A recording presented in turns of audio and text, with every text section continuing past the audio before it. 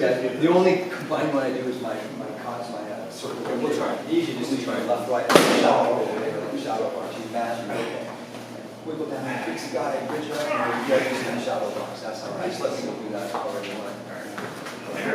But basically,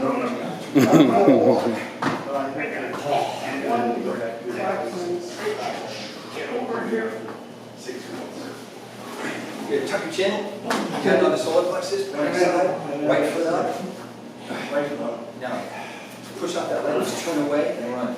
Yeah. There you go, side control. Okay, guys, right? I mean, you can practice it later, but you got all the basic ideas now. So you can see now, like the genius of jiu-jitsu, right? It's the same thing over and over. Not force against force, frame against force. Put force into your frame in the right spot. It's always leverage-based, right? Dead angles are super important.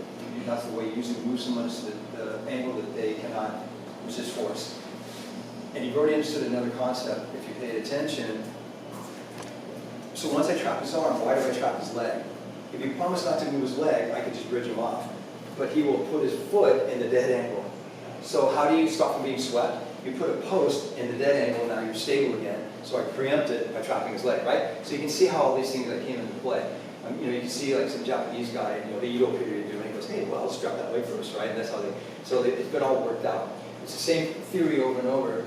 And you see exactly what we did standing up yesterday with the grappling. Survive first, not escape. You try to do something, you just keep getting hit, it's going to go bad.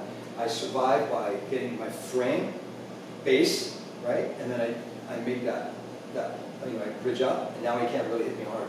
Now I figure out, can I push him off, and trap his arm or whatever. That's the idea. So everyone clear on that? And there's some detail, but most people, they're not trained. You bridge them over your head, they go to swing, you just push them off. I'm not going to say it's that easy, but they fall off. They don't trap an arm, but you got to keep the bridge up. That's the number one mistake people will make. They get tired or they forget, they drop their foot, and then it starts over. You can't do it, okay? Right. So you can see now the major movement already, right? I did circle rock. The bridge, the glute bridge, the technical bridge, and later on, like we were talking about the hip movement, these are the big movements. All right, everybody good? Okay, let's take, we only have an hour left, so let's take just 5 minutes, and then we'll go to you get a headlock and a punch in your face.